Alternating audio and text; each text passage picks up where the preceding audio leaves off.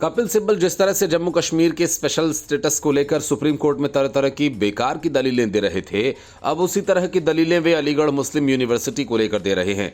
Allahabad high court ने AMU के प्रावधानों में 1981 में किए गए संशोधनों को असंवैधानिक बताते हुए खारिज कर दिया था और कहा था कि एएमयू गैर अल्पसंख्यक यूनिवर्सिटी है। अब कपिल सिब्बल इलाहाबाद हाईकोर्ट का फैसला, केंद्र सरकार ने इसका समर्थन किया। कपिल सिब्बल चाहते हैं कि एएमयू का स्पेशल स्टेटस बरकरार रहे।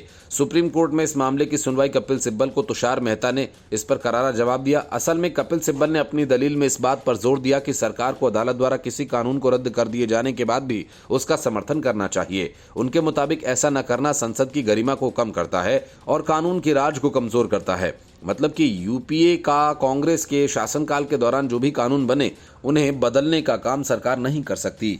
सुनवाई के दौरान वरिष्ठ वकील कपिल सिब्बल ने तर्क दिया कि देश में शिक्षा के मामले में मुसलमानों की हालत अनुसूचित जातियों से भी नीचे है। उन्होंने कहा कि मुसलमानों को पर्याप्त रूप से सशक्त नहीं बनाया गया। हालांकि कपिल सिब्बल के इस तर्क के दौरान सरकार की तरफ से दलील दी जा रही है। सॉलिसिटर जनरल तुषार मेहता ने भी इस पर पलटवार किया। वैसे जम्मू कश्मीर के विशेष दर्जे को खत्म किए जाने के मामले को लेकर सुप्रीम कोर्ट में चली सुनवाई के दौरान अक्सर सॉलिसिटर जनरल तुषार मेहता और वरिष्ठ वकील कपिल सिब्बल के दौरान नोकझोंक होती रहती थी। दोनों के बीच दलील रूपी आरोप प्रत्यारोप जमकर चले। जब भी ये दोनों वकील आमने सामने होते हैं उनकी भिड़ंत रोचक होती है। कपिल सिब्बल ने दलील दी कि अनुच्छेद 30 अल्पसंख्यकों को शैक्षणिक संस्थान स्थापित करने और चलाने का अधिकार है में तो सिर्फ कुछ आरक्षण की बात है और अब उन्हें भी छीन लिया जाएगा। अगर हमारे प्रशासन में अनुचित दखल दिया गया तो निश्चित रूप से अदालतों का दरवाजा खटखटाया जा सकता है। उन्होंने इलाहाबाद हाईकोर्ट के 2006 के फैसले का समर्थन करने पर सरकार की आलोचना की, जिसने अलीगढ़ मुस्लिम विश्वविद्यालय अधिनियम के कुछ प्रावधानों को रद्द कर दिया था। उन्होंने कहा कि केंद्र संसद द्वारा पारित कानून का समर्थन करने के लिए बाध्य है और मोदी सरकार का रुख चिंताजनक है।